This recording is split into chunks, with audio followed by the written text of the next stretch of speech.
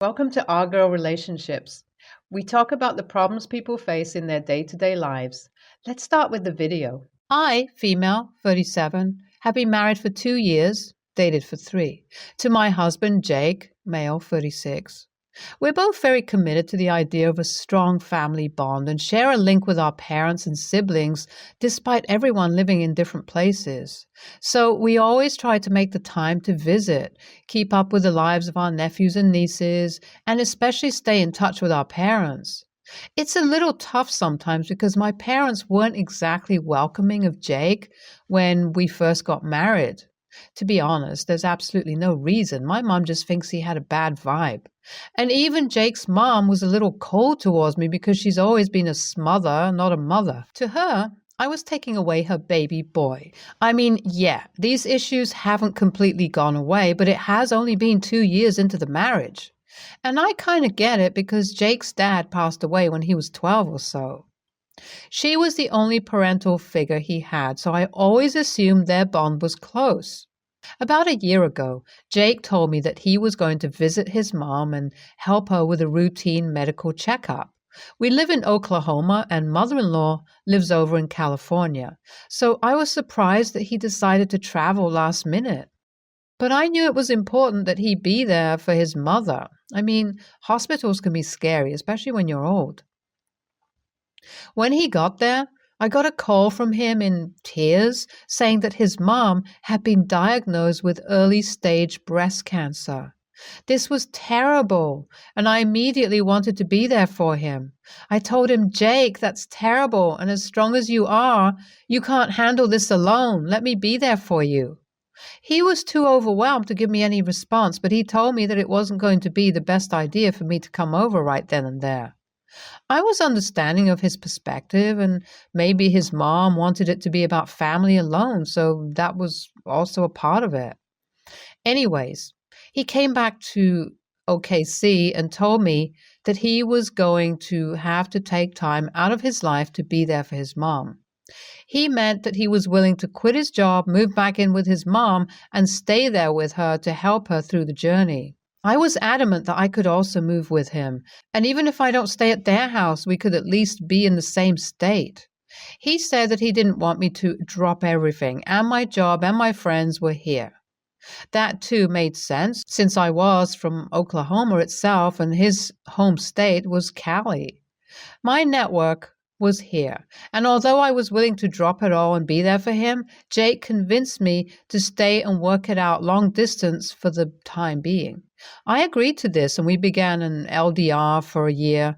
He left a week after this conversation and began getting involved in his mom's fight against cancer. During the year this was taking place, he would sometimes visit me, but never allowed me to visit. There was always a reason, whether it be the house being too cluttered, the schedule of doctor's appointments not lining up, or the idea of me being there affecting his mom's mental health. I didn't push it, but something about that always irked me. If I brought up anything about the issue, Jake complained about how difficult it was taking care of his mom and gave me grave updates that took over the conversation. I suppose I would have been able to confront him about it immediately one day, but I didn't have to because I ended up seeing mother-in-law in Walmart near my house. I was completely shocked. Not only was my mother-in-law completely healthy, but she was also in my town. I had to run up to her and make sure this wasn't some crazy doppelganger. When I got within her eyesight, mother-in-law turned around and tried to make a beeline for the exit.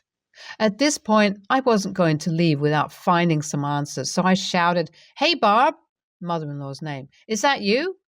She winced and turned back to look at me. It was her, all right. "Hey, OP, how nice to see you," she said, but without any kind of nice in her voice. "It's great to see you too. How's your treatment going?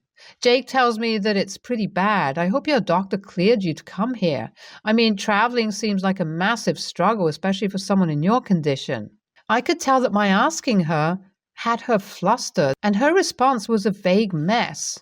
My curiosity had given way to anger by this point, and I straight up asked her to cut to the chase. She didn't give me any answers, but instead began going off on me for how I had bullied and abused Jake and turned him into a victim. She told me that I was a monster and tried to walk away. I wasn't going to physically restrain her at this point, so I told her to F off and decided that I'd go home and call Jake. When I got home and called Jake, he was already as pale as a ghost. Mother-in-law had spilled the beans, and I knew there was no point beating about the bush. "What the frick have you been doing for the last year, Jake?" I asked, and he ran off of a whole script saying that he needed space for mental health issues and wasn't able to confront me about it, so he told his mother-in-law that I had been toxic towards him and used that as an excuse to move to a different flat, still in OKC, by the way, which explains the visits. His mom had also believed this and often used to visit her son to take care of him, not the other way around. I mean, what? I wasn't able to buy this even then, and I knew I was being lied to. So I did the craziest thing ever. I hired a private investigator. I never thought it would come to that, but I guess I had to act like the jealous wife in the movie to get answers. I mean, even if it was true, I was aggressive and mean to both of them during the confrontation. I haven't received any word yet from the PI, and I'm beginning to think that Jake did have his struggles that he didn't feel capable of sharing with me, and was healing by himself to be a better partner for me. I began to feel like I may be TA when I looked back on how I spoke to the two, and I'm wondering if I should reach out to Jake and apologize for my behavior. Update 1. Wow, just wow. I finally received word from the private investigator I hired, along with all the pictures and evidence I'd need to file for divorce, which I will be doing. It turns out that Jake had just gotten bored of our relationship and wanted to enjoy the cool single life again.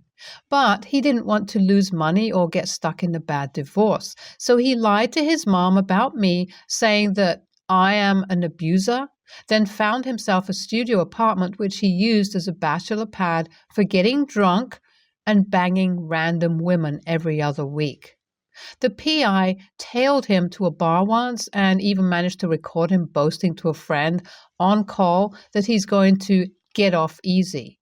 He had read that 1 year of abandonment would have been enough grounds for divorce, and he'd get his mom to mess up my character when it came time to serve the papers.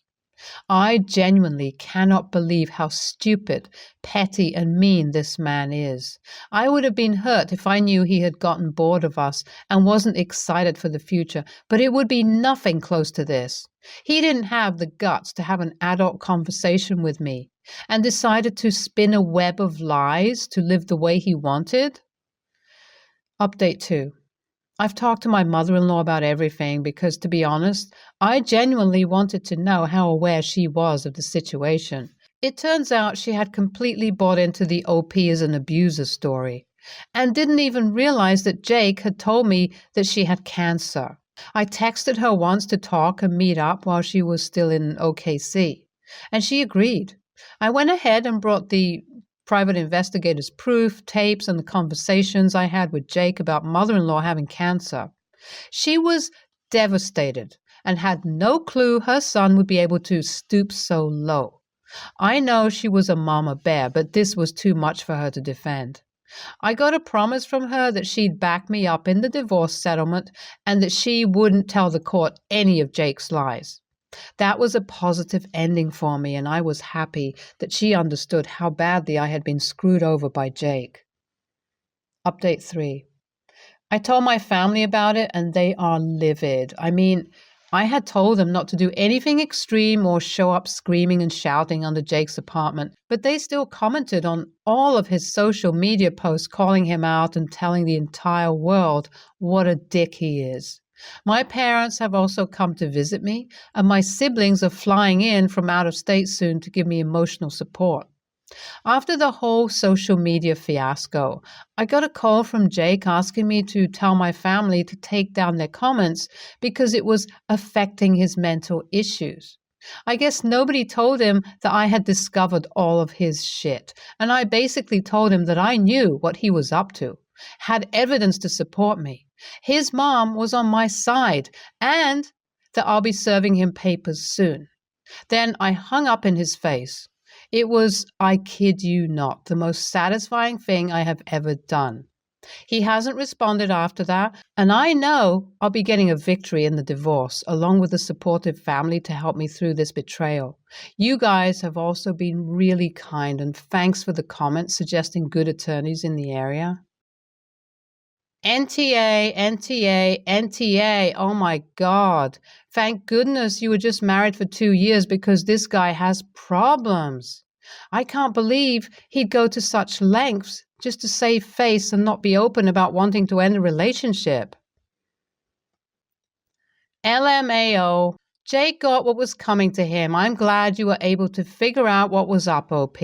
And you aren't TA for the way you acted with mother-in-law at the store either. It's a valid reaction if you were being accused like that. Next story. My husband, H, 32 male, and I, 29 female, have been married for 3 years. He is a veteran of the U.S. Army and values his military service as a very important part of himself and his history. He served for 8 years before he was honorably discharged. I gave birth to our son, M, nearly 2 months ago on November 11th. It's a long way away from his next birthday, but we've still been discussing the logistics of how we're going to handle future holidays now that we have a baby. My husband is very particular about those kinds of things, and he really likes having an idea of how things will go a long time in advance. It finally came up that he had been born on Veterans Day, which my husband obviously knew, but I don't know if it sank in at the time. I told him that I intended to celebrate our son's birthday on November 11th, and we could have our Veterans Day dinner the day after. My husband was angry and said that it's unreasonable to move a whole holiday when the whole U.S. is celebrating on that day, and that we could celebrate M's birthday the day prior or the next day. We still haven't come to an agreement. He thinks I'm an a-hole for disrespecting his military service when the baby won't know his birthday is being celebrated a day later. But I think our son's birthday is much more important. AITA? Edit. My husband is service disabled and usually spends Veterans Day catching up with military friends and visiting a nearby veteran cemetery. He has lost friends in combat. I also think it's important to add, my husband is typically very modest about his service, and he is a wonderful father and a wonderful husband. His military service is something deeply important to him, and while I may disagree on how to handle our son's birthday, calling him a baby isn't fair at all. Regardless of the decision we make, I know he will respect it. He is generally very selfless, and I'm not going to divorce my husband because of a disagreement. NTA. Being in the military is a job, and one he no longer operates in. Your son is going to turn 1. When you decide to become a parent, you make the decision to make sacrifices for your child. This is ridiculous behavior. Your husband is throwing a tantrum over a holiday when he should be celebrating a year of his son being healthy and happy and alive. Tell him to get his priorities in order. My birthday falls on Memorial Day every few years, and we take a few minutes to pray for my dad's brother and dad, who also served in the military. My dad was USAF, so it's important to him. But that compromise was something I chose to do because I love my dad. He at no point pitched a fit because now my birthday was seen as a threat to whatever glory he could hold on to. Find a compromise that works and tell your husband to get it together.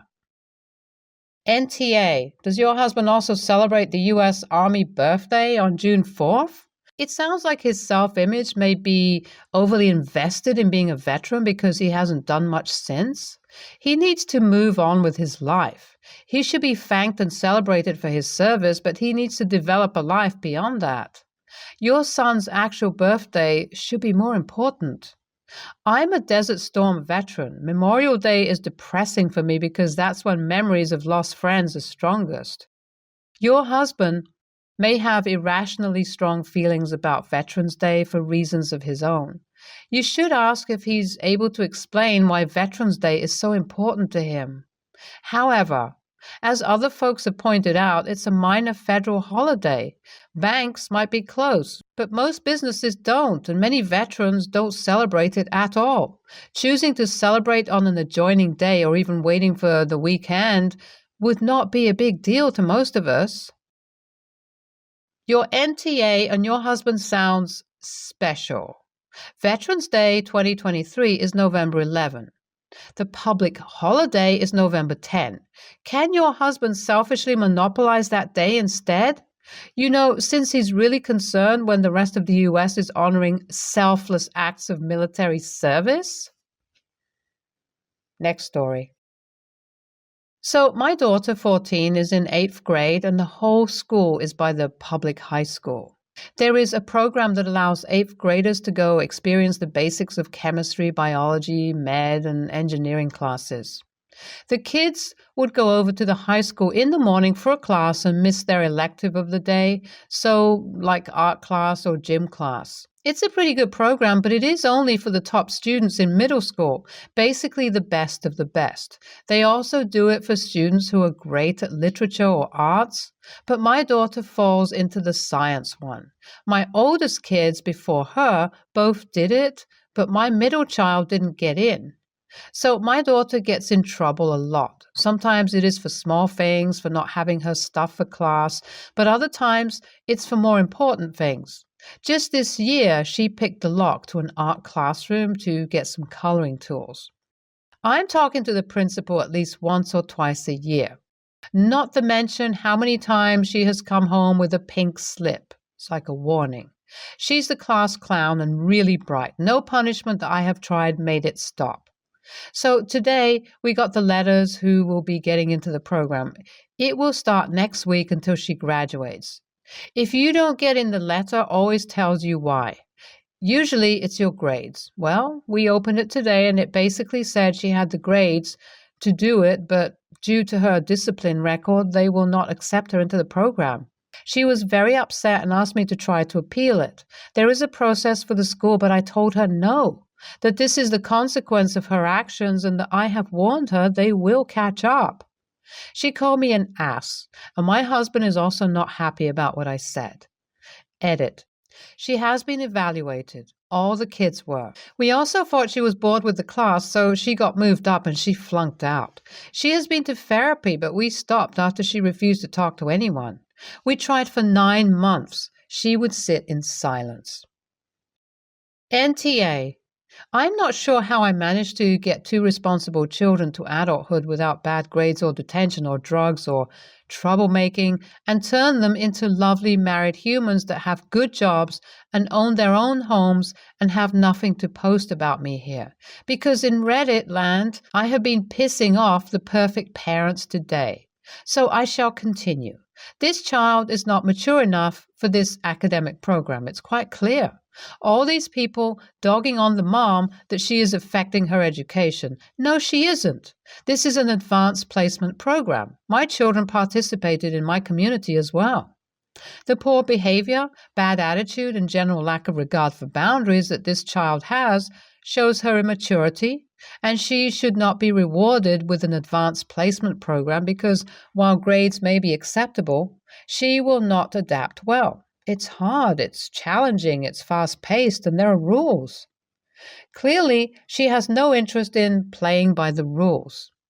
If the father is so concerned and a parent needs to be there, let the troublemaker and the dad appeal it and get off mom's back. P.S. If my 14-year-old called me an ass, she would have bigger things to worry about than if I was going to appeal for her to get special privileges, even though she doesn't deserve them. Much bigger things. NTA. And that your child calls you an ass? Holy hairballs. That would earn my kids another serious consequence. Your daughter stole. Her behaviors are concerning and need to be addressed. I hope you're able to get to the root cause and your daughter gets the structured support she needs to do better. The natural consequences of not being admitted into a school program is a good one. She and your spouse can go through the appeals process if they see fit. NTA. It's a consequence of her behavior. I am ADHD and was undiagnosed till I was 33. I was hyper and fidgety and definitely a bit of a class clown, but I never broke into anything to get something just because I wanted it. You mentioned she's been assessed, so she isn't ADHD. She's just being hard to get along with. Her behavior and attitude need a reset, and this may be the start of the reset. If her behavior doesn't change, she will miss out on a lot more. Thankfully, it's just this she's missing out on. Stand your ground on this. If you appeal, she'll know that no matter her behavior, you will help her anyway. Actions, consequences, all that. Stay tuned for more stories from our girl relationships.